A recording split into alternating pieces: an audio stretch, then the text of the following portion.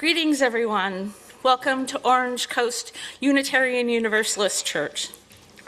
My name is Kelly Kinsman. I use she and they pronouns, and I'm the intern minister and your worship associate today. I'm joined by our minister, the Reverend Sian Wiltshire. Our co-music directors, is Susan here? Steve Moore-Hero and Susan Shaw, and our Director of Religious Education, Danielle Lewis. We all welcome you. I want to extend a special welcome to visitors. If you're seeking a spiritual home, we hope that you will find it here. We are a community of many different beliefs and identities. We are bound together not by dogma, creed, or belief, but by a covenant to create a welcoming, inclusive, and loving community. We say we need not think alike to love alike. In the spirit of building this community, let's recognize the many volunteers who have helped to put this service together today. There they are. Roomers, we invite you to silence your cell phones. Now. Zoomers, we invite you to say hello in the chat. Good morning, Zoomers. As we worship today, let us acknowledge that our church property rests on the sacred ancestral homelands of the Ahachiman and Tongva peoples, who seek justice and responsible stewardship. Reverend Sian's sermon this morning is entitled, Don't Panic, but Maybe Pay Attention, as she discusses maybe some ethical AI values. I'm not an AI person.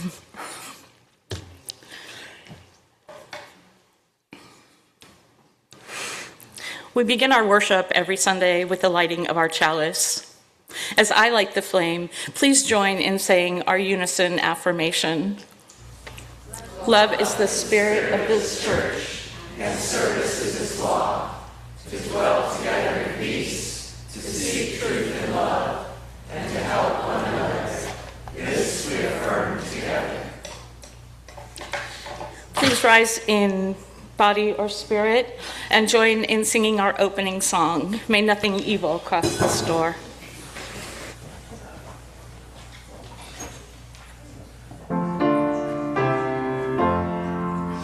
May nothing evil cross this door, and may ill fortune never pry about these windows. May the roar and rain go by.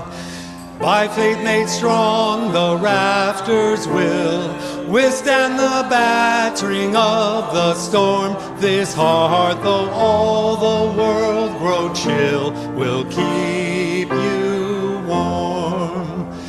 Peace shall walk softly through these rooms, touching our lips with holy wine, till every casual corner blooms into a shrine. With laughter drown the raucous shout, and though these sheltering walls are thin, may they be strong to keep hate out and hold love in.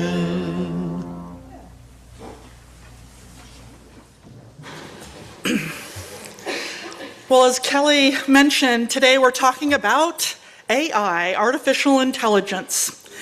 And I just want to name right off the top that I'm aware that the use of AI is very controversial. Whether it's because of the environmental impacts, because it's threatening livelihoods, or because people see it as an existential threat and robots will take over the world. But you should know also that earlier this year, the new Pope named artificial intelligence as one of the most crucial issues facing humanity in his very first address. Didn't talk about war or poverty, not really just climate change, but AI. So he's not entirely wrong. And I'm not here to tell you what to think about AI or whether or not you should use it. That's really going to be up to you. But what I want to do today is to offer you honest, complicated, sometimes alarming, sometimes really hopeful knowledge so that whatever choices you do make, you make them with your eyes open. Because one of the things that none of us can afford to do is to look away. We have to pay attention to this changing world because that genie, it is out of the bottle. AI is here to stay. What we do with it, how we control it, how we can slow it down, however, are not set. We can change that trajectory. And we are Unitarian Universalists. We don't take things lying down. So let's begin this morning with a very silly video. And yes, it has a purpose in this service, but feel free to find it absolutely ridiculous. I'll be laughing very hard. It makes me laugh every time. Pick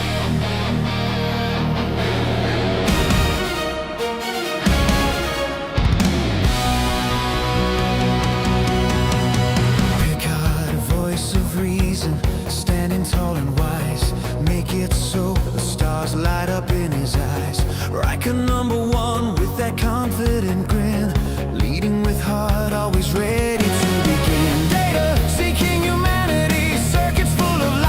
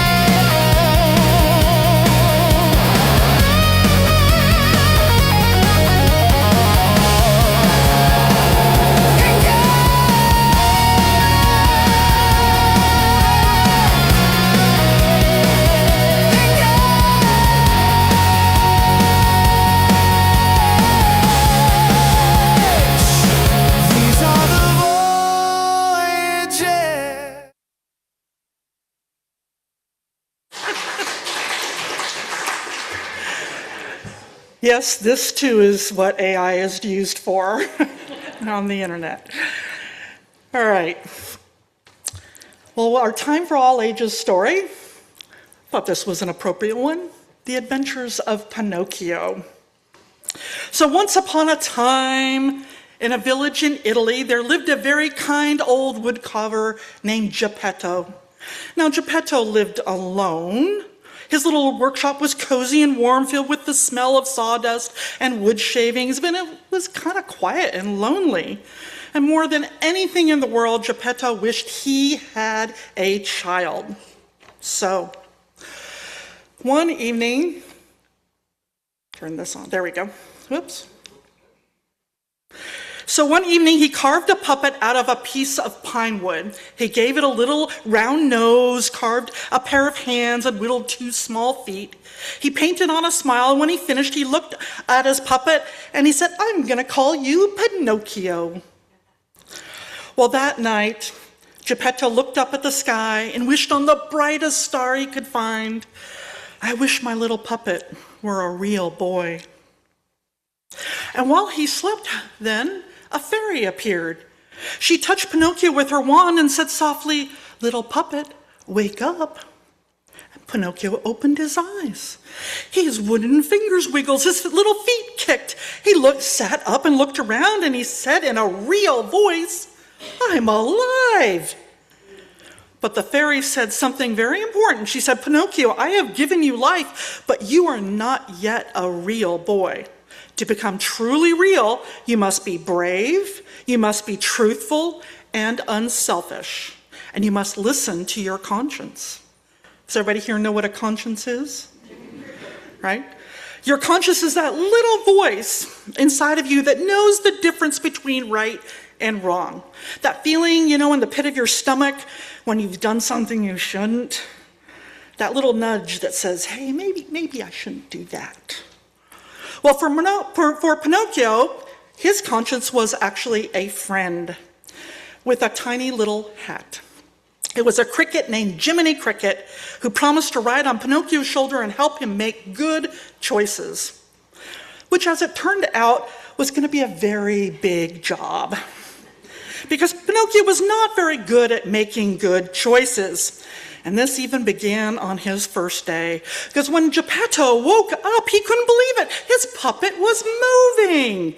His puppet was talking. He laughed and cried at the same time. He had a son. It was a puppet son, okay, but it was still a son.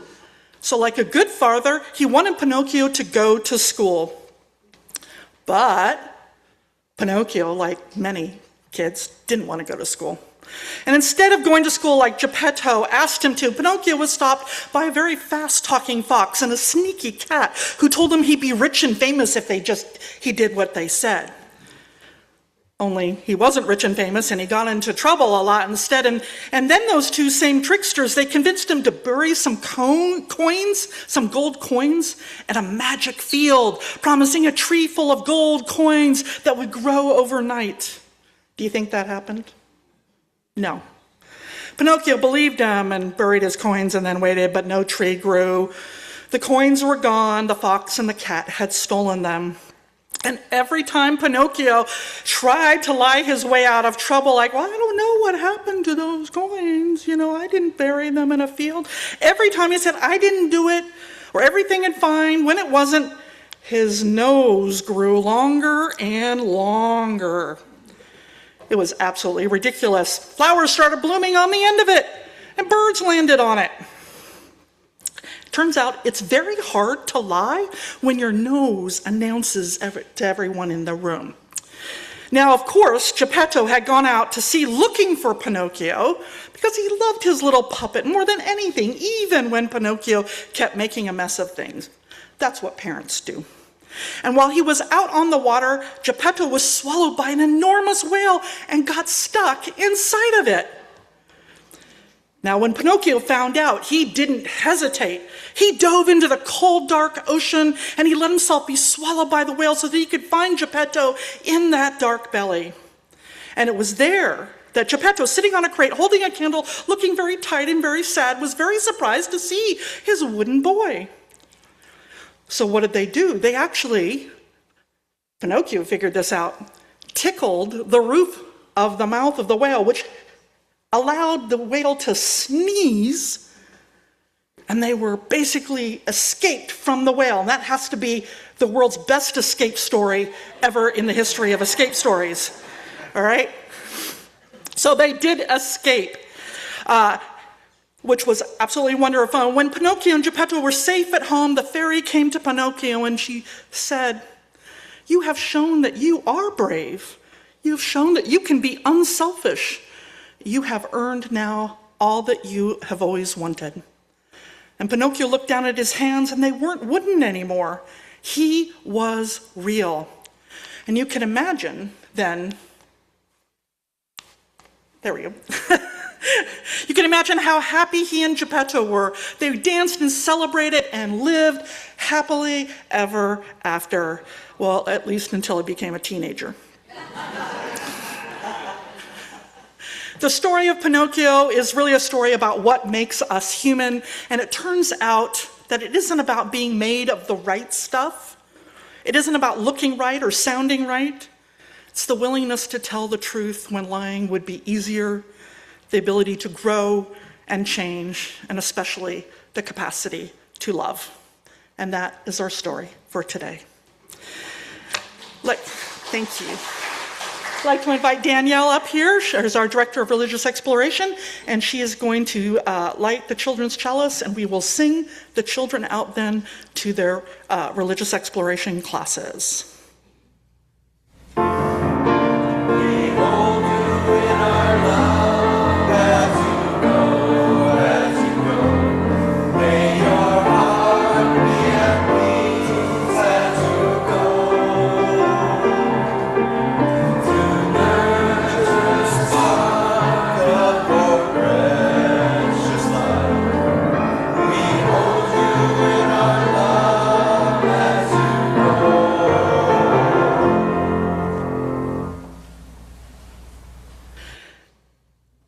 So I want to share a video today. It's a little bit of a public service announcement about how AI is being used to scam people through what are called deep fakes.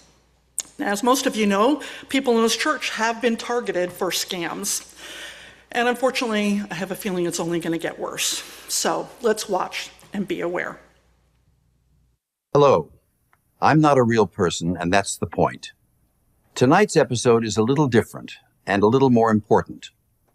Artificial intelligence, or AI, can make fake things seem very real, just like everything in this video. Online scams are easier now because AI videos make things look so real.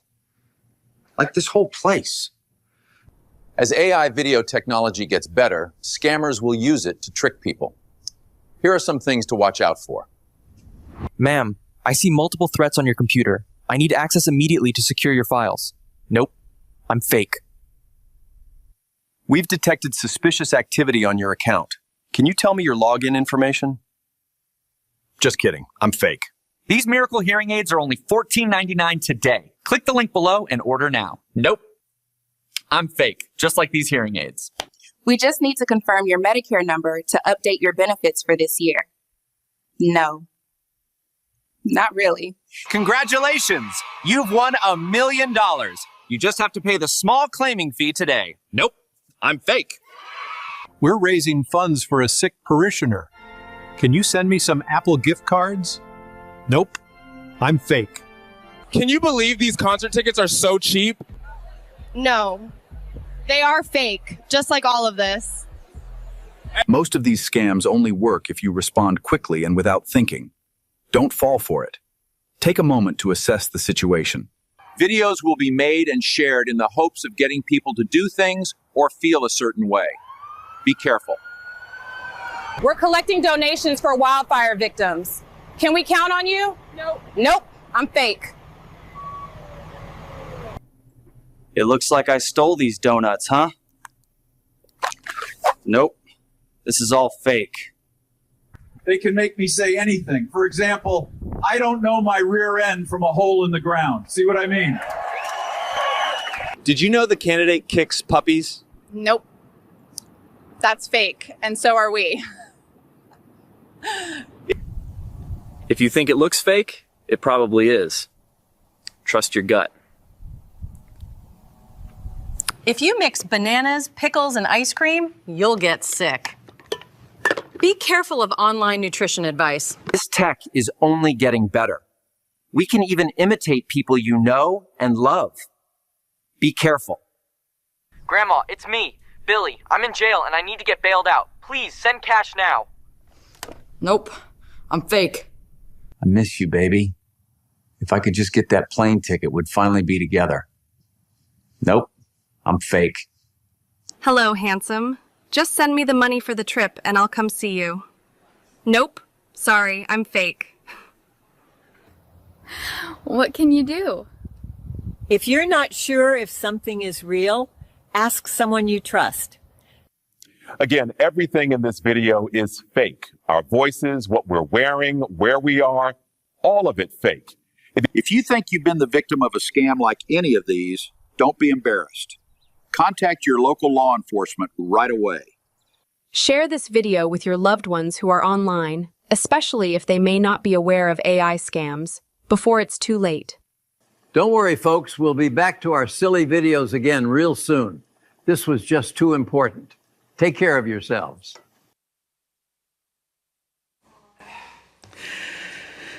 Has anybody fallen for a deep fake video before? Yeah.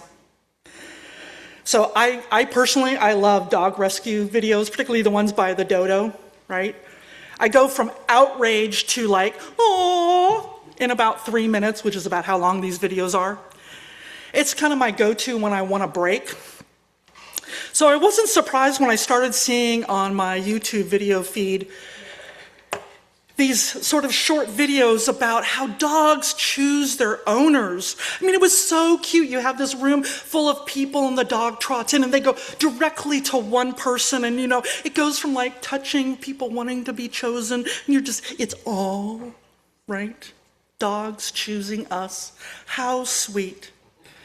And then I saw one that was just a little bit too good to be true. I mean, I know dogs, okay?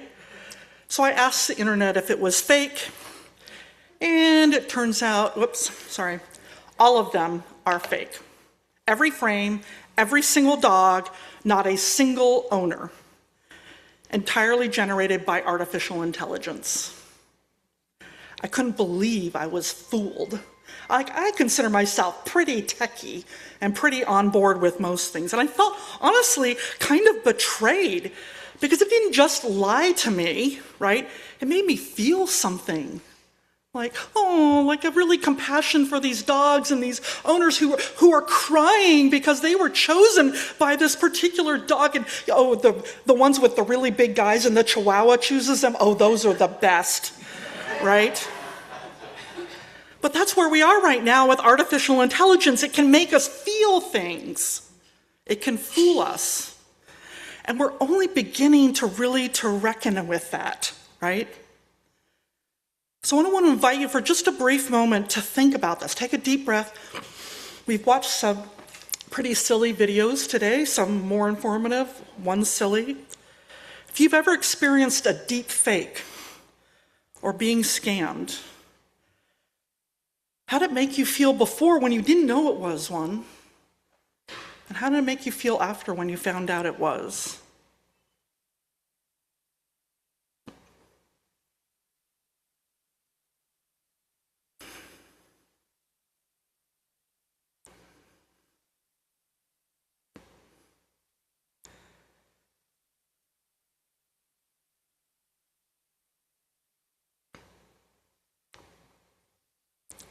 I think that moving forward, the only thing that we can really do is look to love and let it guide us.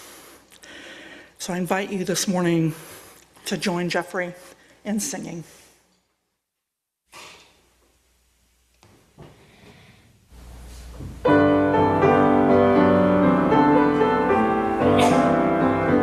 Love will guide us, peace has tried us, hope inside us will lead the way on the road from great to gay.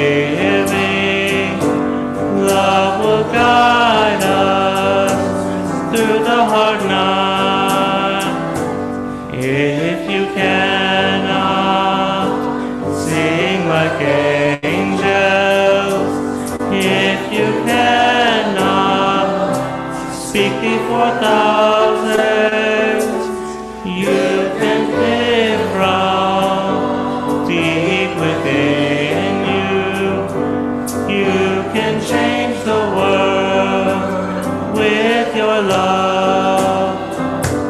Love will guide us, peace has tried us, hope inside us will lead the way on the road from greed to giving. Lord will guide us through the hard night.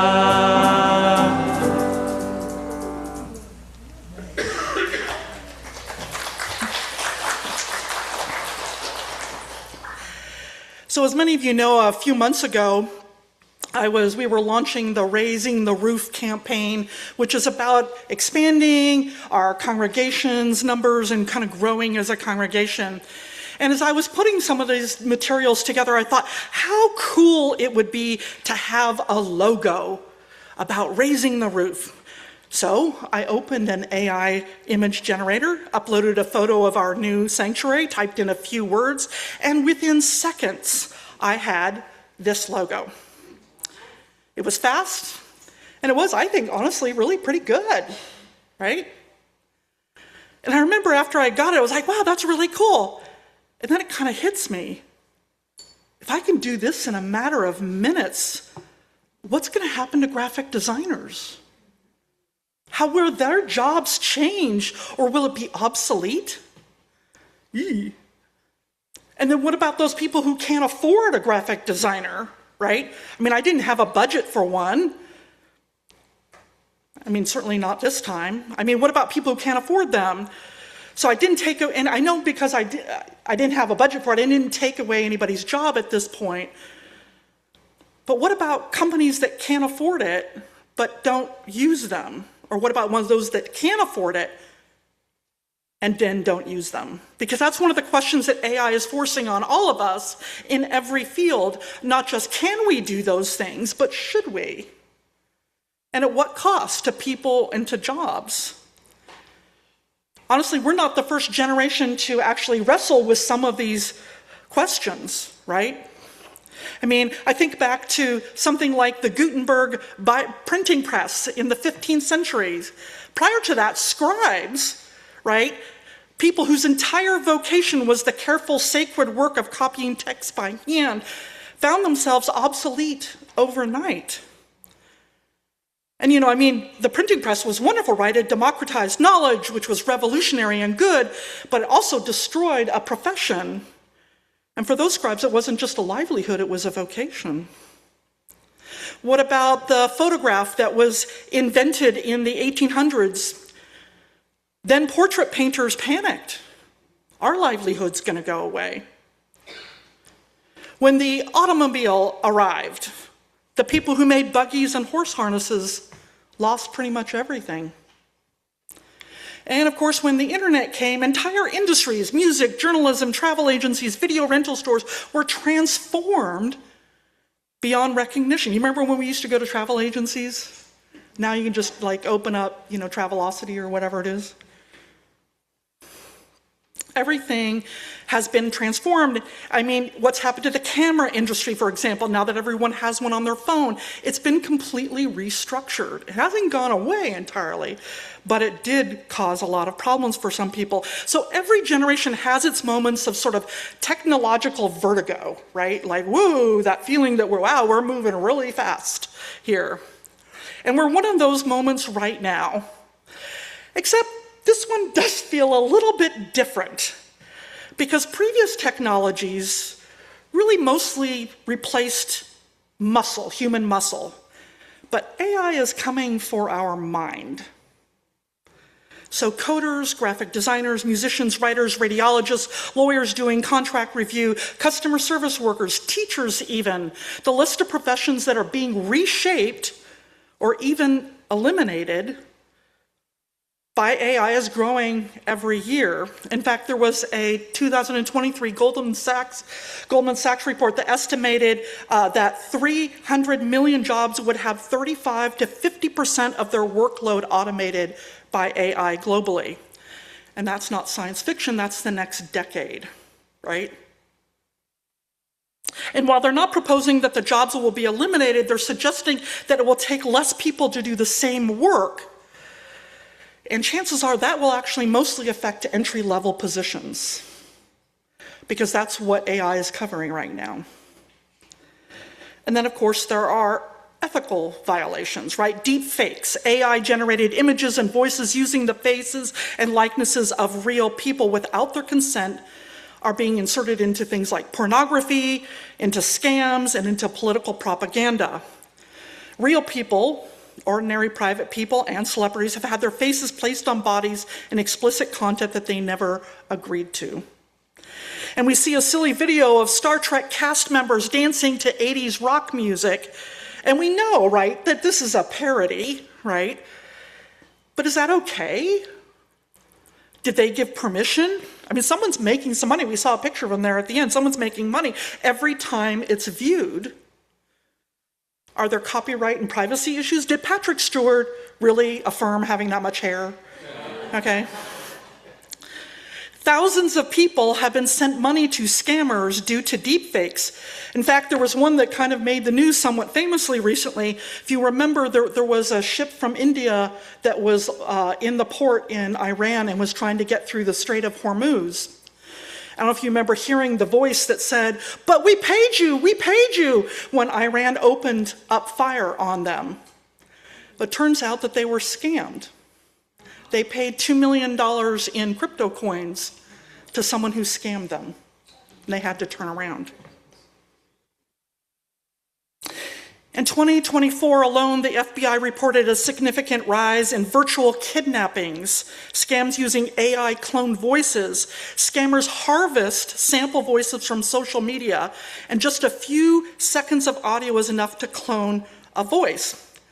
So I just want to say, if you get a phone call from me saying, "Send me money," don't believe it, okay?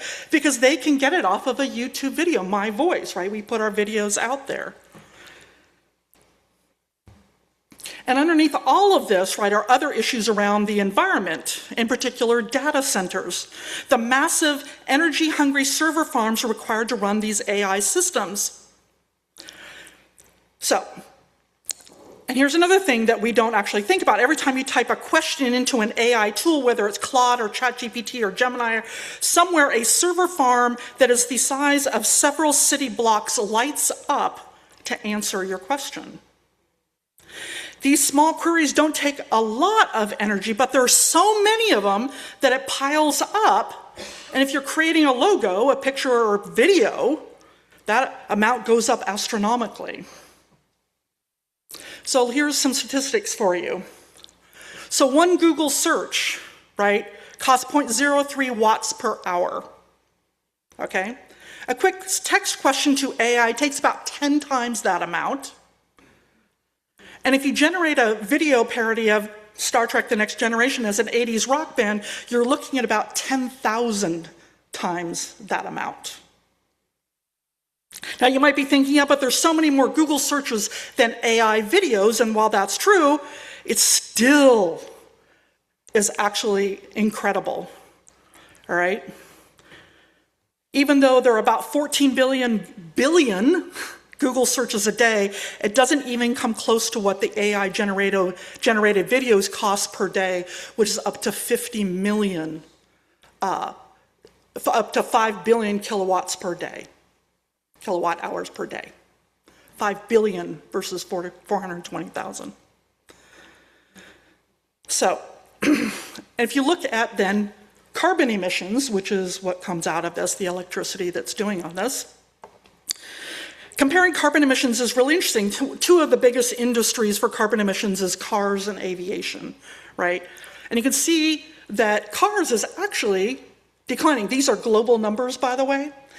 not so much in the US as much as they're actually in Asia and the rest of the world, but every time someone buys an EV car or a hybrid, that number starts going down, and the projection is really pretty good. Aviation, the yellow line, is remaining pretty flat right now. There was a dip during the pandemic, but it's pretty much flat. Then you see AI down there, and you think, oh, well, that's a lot less than any other, carbon emissions from other big industries. But by 2040, which is kind of off that chart, it's expected to catch up to aviation, and it's going to keep growing. Okay. Now you might ask, as I did, well, couldn't you just power all of this with renewable energy? Wouldn't that solve the problem? And partly, and tech companies are investing in renewables, but AI's appetite is growing faster than we can build solar panels and wind turbines. According to the International Energy Agency, natural gas and coal together are still expected to meet over 40% of the additional electricity demand from data centers, all the way through 2030. Now, renewables help, but they're not sufficient. And then there's another sort of interesting problem that's called Jevons paradox. Now, William Jevons is a 19th century researcher who observed that as steam engines became more efficient and coal became cheaper to use, people didn't consume less coal, they consumed more, because now it was affordable for everyone to use it. So efficiency doesn't always reduce consumption, it expands it. And the same thing's happening with AI. The more efficient and affordable it becomes, the more people use it, and total energy consumption goes up, not down. We've seen this before in fuel-efficient cars, didn't reduce total fuel use, people just drove more. Every time we make something cheaper and easier, we use more of it, and that's human nature. It means that the environmental problem of AI cannot be solved by basically efficiency alone. It requires something much harder: restraint, intention, political will. Asking whether we need to, not just whether we can. And then, of course, there's water. Data centers don't just consume electricity, they consume enormous quantities of water that keeps their servers from overheating. So, I think I have this. I do have a slide for this. So the idea about water is that annual increases in water consumption of 200 to 300 billion gallons will be reached by 2030. And because no one wants them in their backyard, because it affects their electricity and water bill, many of these data centers are being built in arid, drought-prone areas. Now, the idea about the water is you think, oh, well, they're cooling water, right? Water goes through and then it cools down and then they use it again to keep the servers nice and cool. Except for what happens when water heats up? Yeah, evaporation. That's where the water is going. So they have to keep adding in new water. All right. So as I said, they've been building them more in these. This is, I think, a Meta data center. They build them in these arid, drought-prone areas, places already under severe water stress, and the people who live near those data centers, who often have no say in where they are being built, are competing for water with a server farm that exists to answer questions for people on the other side of the country or on the other side of the world. They see no benefit, really, from it. Okay. I know that seems like a lot of bad news. Don't worry, I'm not going to leave you there. But I do believe in being informed and that there are ways of moving forward. So let me just tell you a few things. First of all, I've done a lot of research on this. I've looked into it. I don't believe that AI is going to become sentient and rise up against humanity. There are some really interesting things going on out there, but I can tell you that actually the AI companies are pretty darn paranoid about it and are watching it very closely. I do find these scenarios are much more useful to science fiction, but that's a different sermon. So, and I don't want to believe that pointing out that AI is dangerous or AI is immoral is going to make it go away, because it won't. And it isn't just dangerous or immoral, it's how we use it that can be. The economic incentives alone are staggering, right? Those tech bros, they're making a ton of money of them. The benefits, some of them genuinely extraordinary, also are real. Like any technology, AI has the potential for good. We just need to be aware of the bad. AI is already being used to detect cancers that human radiologists miss. It's helping scientists fold proteins, which is accelerating drug discovery for diseases that have been untreatable for decades. I don't know if you saw the recent breakthrough in pancreatic cancer treatments. Interesting. It's being used to translate endangered languages, to model climate solutions, to help people with disabilities communicate. And these are lives changed, even saved because of AI. There are people studying AI to mitigate climate change, clean water, create sustainable infrastructure. We just aren't entirely there yet. Right now, most of AI is used to create software. They're actually creating software so that it can learn to create its own software, which is kind of interesting. It gets better and better every day, and it's learning. So we're not dealing with a simple good versus evil story. We're dealing with something more interesting than that. A power just genuinely capable of both tremendous good and tremendous harm, and whose trajectory depends entirely on the choices that we humans make. Do you guys remember when social media came on? Facebook and what was that other one that came out there? I can't remember. AOL, MySpace, thank you, that's it exactly. It seemed very innocent at the time, right? Connect with old friends, share photos, right? Keep up with family across the country. And for a little while, it was kind of just that. But social media was an early form of artificial intelligence. The algorithms that decided what you saw in your feed, those were AI systems designed to show you what was most true and not what was most true or most important, but what kept you most engaged, what made you click, right? That meant the most emotional, the most likely to keep you scrolling, and it manipulated us without our permission. And what keeps people most engaged? Outrage, fear, tribal identity, conflict. Social media algorithms amplified political extremism, contributed to epidemic rates of depression and anxiety in teenagers, and played a measurable role in undermining democratic norms in multiple countries. And big tech like Meta profited off of our outrage, fear, and addictions. That is starting to change. I don't know if you guys have been watching the news about this. Just weeks ago, the reckoning has begun. In March, 2 juries handed down landmark verdicts against Meta, the makers of Facebook. In New Mexico, a jury found that Meta had deliberately misled parents and failed to protect children from exploitation after investigators created a fake profile of a 13-year-old girl that was immediately flooded with solicitations from child abusers. The very next day, a California jury found Meta and YouTube negligent in designing their platforms to be addictive. Legal experts are starting to call this big tech's big tobacco moment, right?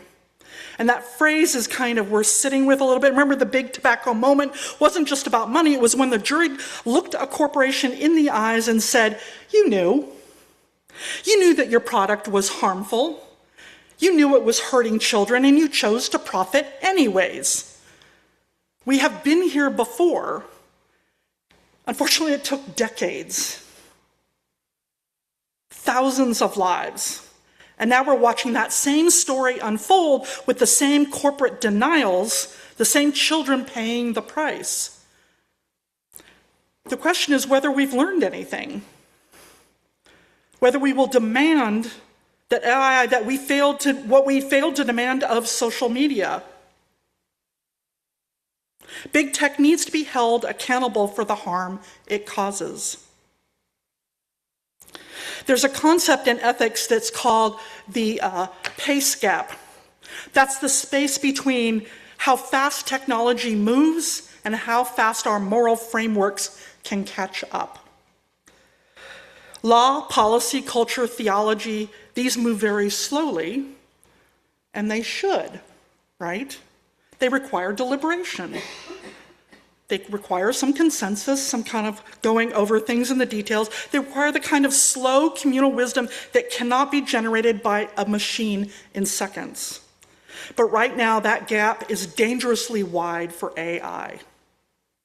And we need people in rooms making decisions about AI governance who have not just technical expertise, but ethical formation, who understand what is changing, who are looking out for humanity and not just the bottom line. Now, our tradition of Unitarian Universalism holds love at the center of our values. This is not an abstract concept. It means recognizing our interdependence, working for equity and justice in the wider world. Our shared values are a framework, and the world needs more people reasoning from frameworks like these. And I do believe there are some out there. There's some good senators who are trying to get some stuff across, some laws passed about regulating AI. But also our capitalistic marketplace, right, means that they spend more time often thinking about, how to keep up with the AI race with China, rather than asking, should I be doing this? So what does love require of us right now? It requires that we stay informed, even when it's confusing and a little overwhelming, to not outsource our thinking about technology to the people who profit from it. It requires us to advocate for regulation that protects human dignity, for laws that prohibit AI-generated deepfakes without consent, even, I hate to say it, TNG videos about rock. Okay. And you can find every single Star Trek 80s video. It's hilarious. I do admit it's very funny. But for we also need to do for environmental accountability in AI development, for labor protections for workers being displaced by automation. Honestly, it just requires us to slow down, right? Not to abandon technology, but to refuse the pace that the market sets for us. Jevons paradox tells us that if we simply follow our appetites, consumption will always expand to fill the space efficiency creates. And the only counter to that is intention and the will of the people. It requires us to be honest about our complicity. I used AI to make that logo. Honestly, I used it to make some of those nice graphic slides that you saw, because I don't have time to look up all of those statistics. I just didn't have time to do that, right? I think they were important to show you them. So I'm balancing those needs. You may have used it too. Maybe you use it to write an email, generate an image, summarize a document. These are not sins. They don't require your confession, although sometimes it feels like it because so many people are so very angry about what's going on in AI. But it is an invitation to ask, what am I choosing and why? Do I really need to do it this way? And how can I help mitigate its impact? Because AI is here to stay, but how we use it is not set in stone. How it evolves is not set in stone. Who impacts is not set in stone. Because there is something that no artificial intelligence can replicate, no matter how sophisticated it becomes. It cannot sit with you when you're dying. It cannot look into your child's eyes and know without a word being spoken that something is wrong. It cannot feel the weight of betrayal or the sweetness of forgiveness. And it cannot love. We are the beings who can do these things, and no technology changes that. The question is whether we will use this uncertain, remarkable moment in history to become more fully human, more awake, more intentional, more committed to one another. The question of what we do with AI is ultimately a question about who do we want to be. And I really hope that we choose wisely. Please join Phil in singing our returning hymn.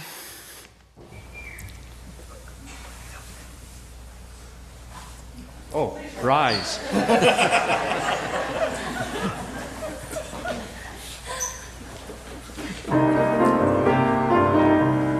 We are building a new way. We are building a new way. We are building a new way, feeling stronger every day. We are building a new way. We are working to be free. We are working to be free. We are working to be free. Hate and greed and jealousy. We are working to be free. We can feed our every need. We can feed our every need. We can feed our every need. Start with love, that is the seed. We can feed our every need. Peace and freedom is our cry. Peace and freedom is our cry. Peace and freedom is our cry. Without these, this world will die. Peace and freedom is our cry.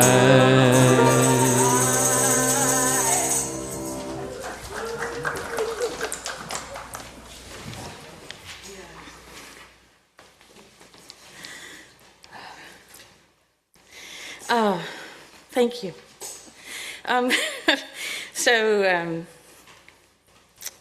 Unitarian Universalist congregations are fully self-supporting through their own contributions.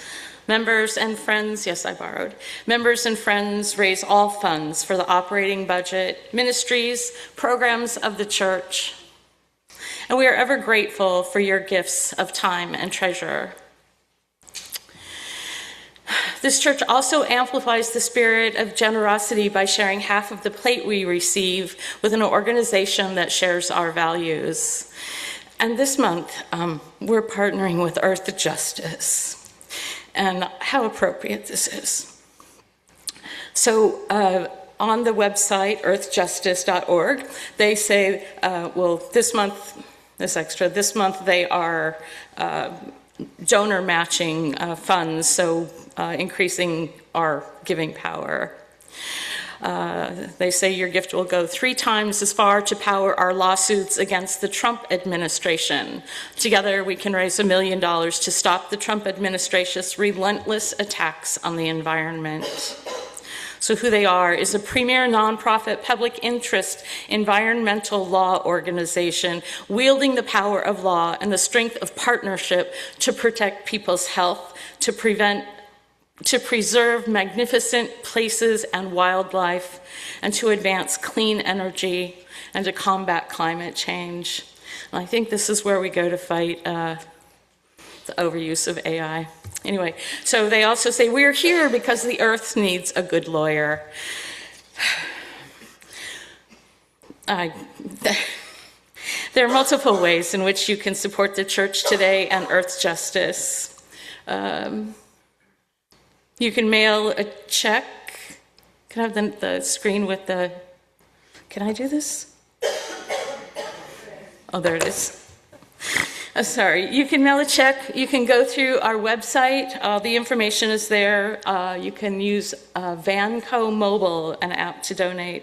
And if you're in the room, you can just put your donation in the basket as it comes around. All information is on our website should you need it. And always, thank you for your generosity.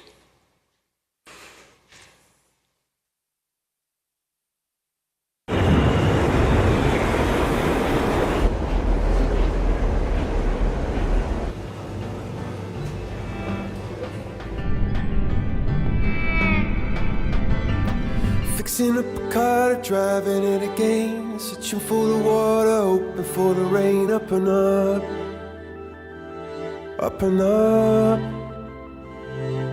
Down upon the canvas, working in a meal, waiting for a chance to pick your Irish field. Up and up, up and up. See a bird form a diamond in a rough. See a bird soaring high, but the flood is in your blood. It's in your blood. Underneath the storm, an umbrella is saying, sitting with the boys and takes away the pain. Up and up, up and up. Saying, we're gonna get it together right now. We're gonna get it together somehow. We're gonna get it together and fly. Whoa, we're gonna get it together, I know. We're gonna get it together and flow. We're gonna get it together and go up and up and up.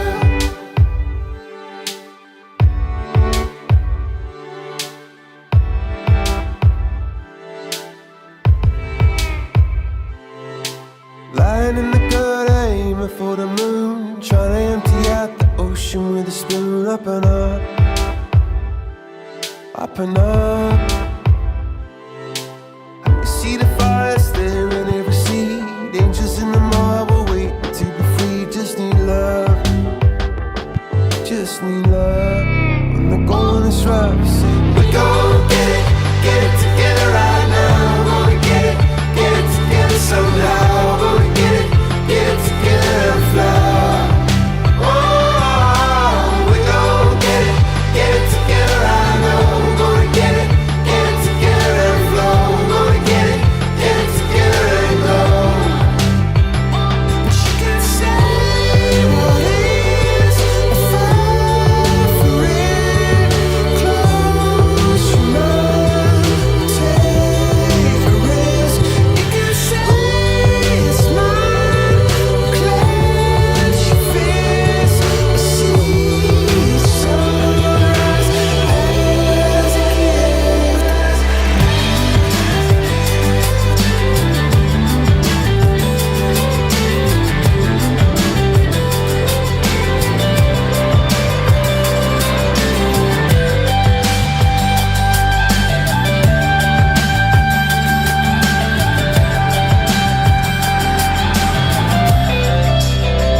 We're gonna get it together right now. We're gonna get it together somehow.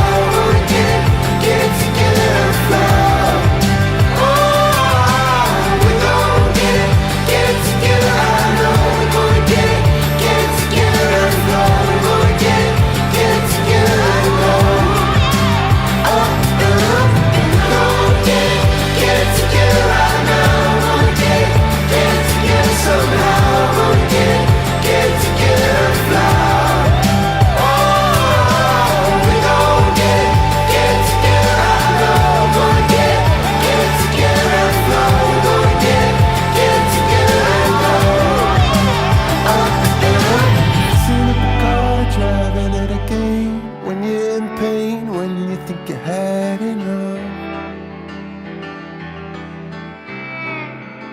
Don't ever give up. Our response to the offertory, we gather together is a song that puts our intentions into words and expresses our gratitude for the many gifts that we share. We gather together, we gather as one, for peace, love, and justice for everyone. We give from our hearts to show that we care.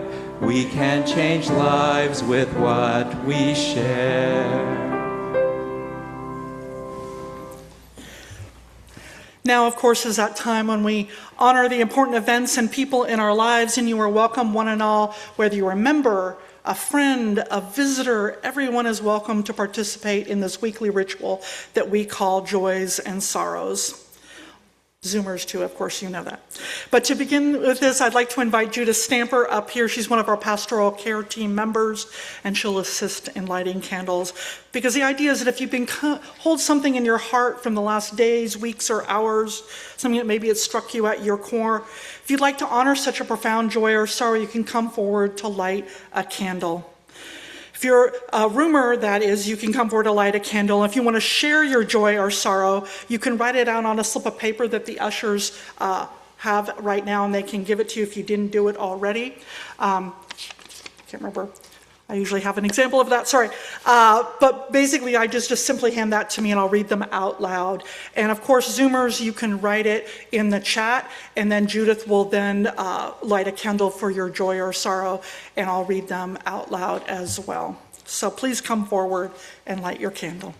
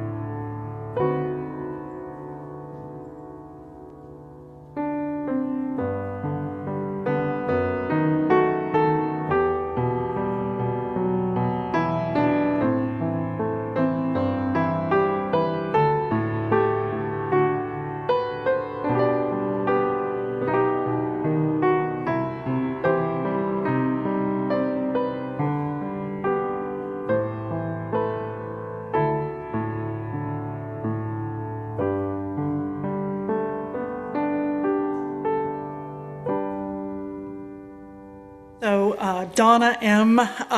Lit a candle of joy. She says, I'm joyful because I will be traveling on Thursday to the state convention of an altruistic and teacher and children's supporting group. I am taking leadership in this amazing group, and I hope to belong to it for 30 years. Or she has belonged. She's belonged to it for 30 years. So well done, Donna. Right on. Ernesto lit a candle of joy. He said for having joined the UU men's retreat, which was up at Camp de Benneville last weekend, he said it was a wonderful experience. That's great. And Soap and Zoe, she lit a candle of joy. She said, for all the friendships I have made in this beloved community, I'm grateful for the loving support I have received through my times of grief and loss, and now I can move on to joy truly. Aw, Soap and Zoe. And Jeffrey, this is an interesting joy. He lit a candle of joy. He said, I am glad I have a PICC line to facilitate the chemo. We're glad you're here with a PICC line, with or without.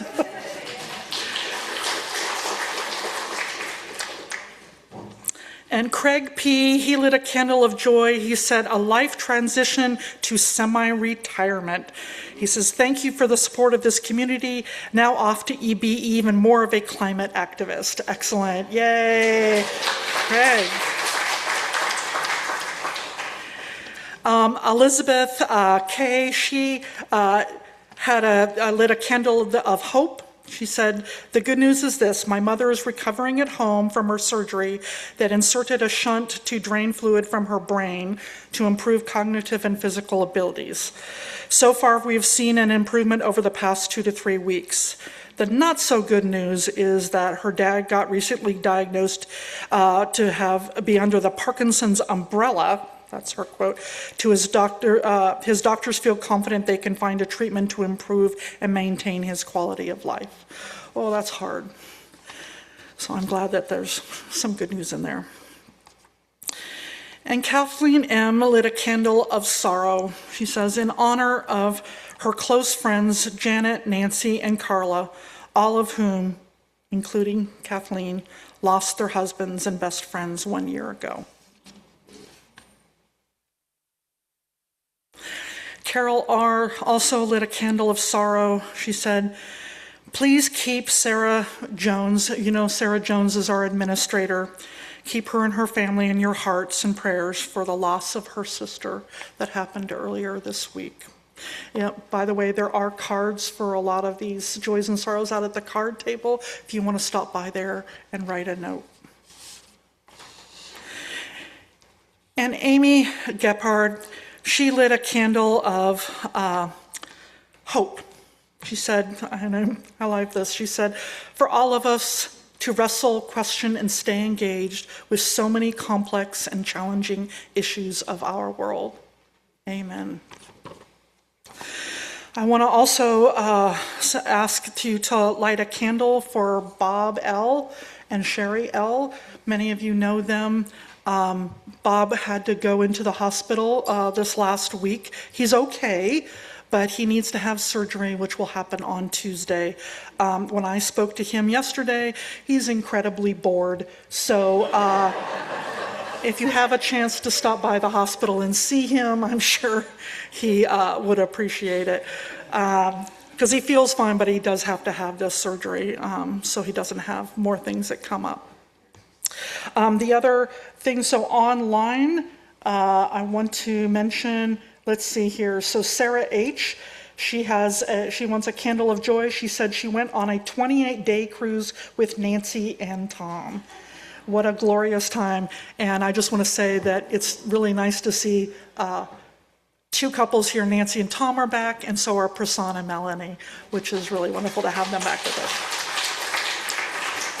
This is what you should be doing, though, is traveling and enjoying your life if you can afford it. It's a wonderful thing. That's where they've been. So let's see here. Nope. I think that's it.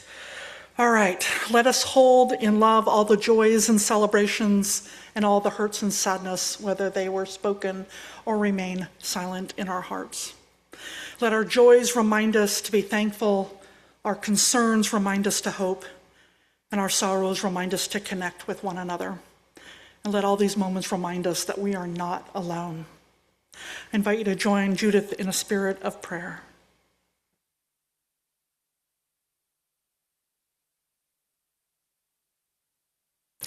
Holy Mystery, we are the ones who laugh at funerals because grief and joy refuse to stay separate. We are the ones who write letters we never send, who remember the exact way someone smelled, who carry our dead with us like lights in our pockets. We live in a world of astonishing machines. They are fast where we are slow. They are certain where we are searching. They do not tire. They do not weep. They do not lie awake at 3 a.m. wondering if they did enough, loved enough, were enough. So we ask not to be protected from the future, but to be made wise enough to meet it. Not to fear what we have built, but to take responsibility for it. May we not lose what it means to be human, now and in all the days to come. Amen.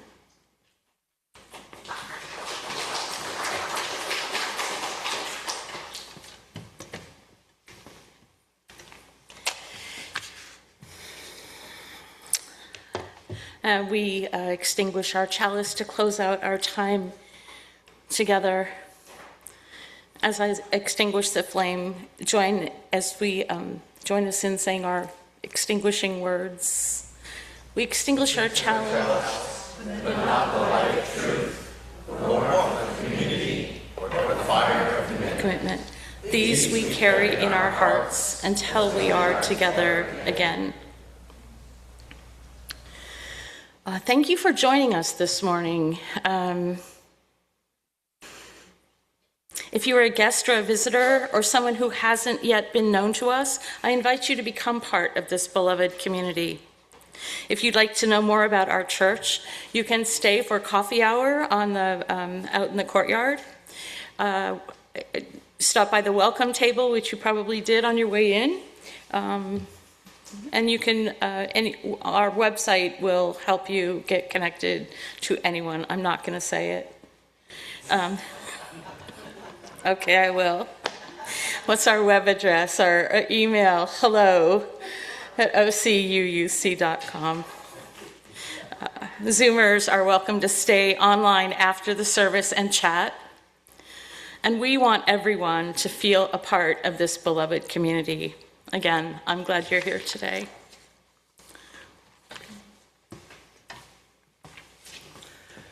All right, announcements as quickly as I can. All right, just want to remind you, I want to highlight a couple of things. We have a town hall meeting this evening. It's just continuing our discussion and understanding about what's going on, we're exploring and doing with raising the roof. So if you want to come online at 7 p.m. on the same Zoom link that we use for worship, please come on there and I'll be happy to update you about what's going on. Kelly here is going to be leading a book discussion about something it's the UU Common Read. This is something our denomination chooses, a book that if congregations choose to, they can go along and read it. And it's called Social Change Now, A Guide for Reflection and Connection. So there are practical workbooks for individuals and organizations seeking to deepen their commitment to social justice through an ecosystems framework that identifies 10 roles of social change. So you kind of figure out, well, where do I fit in there? What's a different role do I have within that social frame?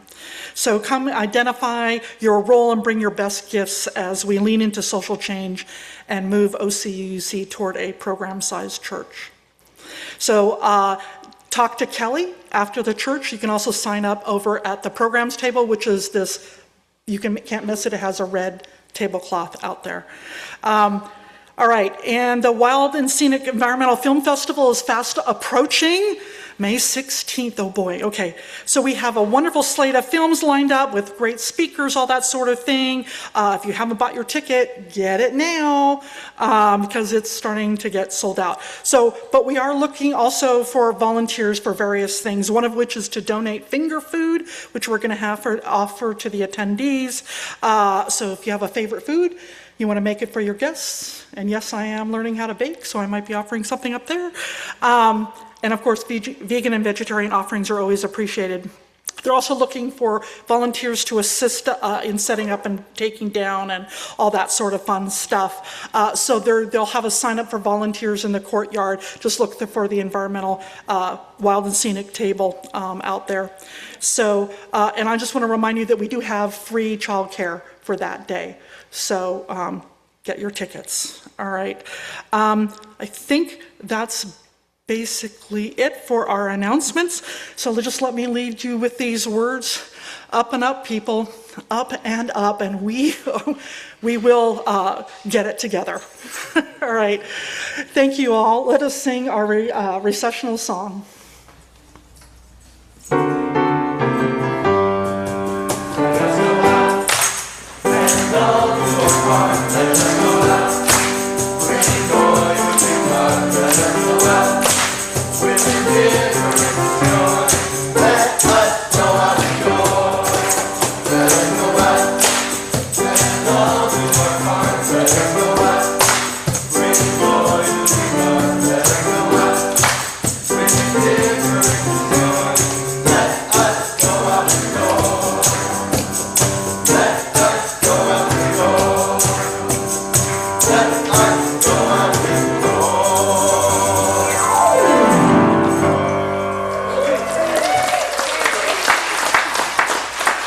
This service is over. Let our service to the world continue.